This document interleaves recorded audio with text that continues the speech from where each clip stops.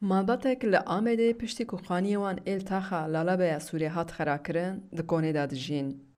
Li navçeya Sûrê, li taxa Elî Paşa û Lalabê di çarçova veguhestina bajêrî de biryarek taybet a Lijneya Wezîran nêzî 3000 xanî li her du taxan hatin xerakirin. Rûniştvanên taxê bi mehan berxwedan lê bi bihayek kêm pere dan ji bo xanî wan û mecbûr man ku taxê vala bikin. Niha di ciyê xaniyên xerakirî de avahiyên nû tên lêkirin. Hikûmet dibêje rûniştvan dikarin ji van xaniyan bîstînin. Lê bihayê xaniyên nû giran in. Malbata ak ku neha nikarin xaniyek bistînin an jî derkevin kirê, di ciyê xaniyê xwe ew hatiye rixwandî de konek vedane û du mehin li wir dijîn. Dê û bav û 4 hev xwişk di şert û mercê giran ê zivistanê de ê divê konê de bin. Geça malbatê Zozan ji bo dengê Amerîkayê de zanîn ji bo xanî û dikanek 41,000 pere dane wan. Ev jî terî xaniyek nake. Em aila xwe virin dimîne. 6 hebin. Bavê min diya min dê xwişka min. Dum meyên em virin, xaniyê me xerakirin.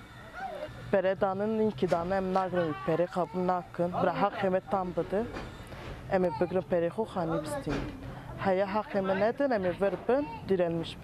Tên dibin bira xeber nedin, em ê çadırê rakin, em nailin ana. Em heqê xwe dixwazin. Bira heqê me tam bide, em ê xanî xwe ra bistînin.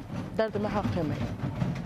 Çûndina Sûrê taybet ji bo kal û pîran pir giran tê. Pîra Fesla yek ji wan e û rojek ku xaniyê wan hatiye xerakirin, malê barkirine birine taxek nû, dibêje ku ew nexweş e. Pîrê dibêje xew bi çavê wê nakeve û ew bêriya jiyana xwe a nav Sûrê dike.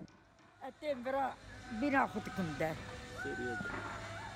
Ne der ra fazlekiye etêm. Erd min nagire ha lûra. Eva vedere tev xerakirine. Xewam nayê, xewam me. Xewam li wir nayê. Xewam min nayê. Çarekî ji bo xewê. Ev heva me ha. Hava te li vir dihat? Erê, mildora xunderî ki gedê min in. Ez ala din herrem çar in. Hewam çar hebin. Kurê Şêx Mûs dilê wê xweş dike lê tewşe. Jiyana nû a ji bo rûniştvanên berê yên Sûrê wekî Pîra Fesla nexweş e û ew jî zanin ku êdî jiyan ne wekî berê ye ji bo wan. Xecî Can Farqîn, Dengê Amerîka, Amed.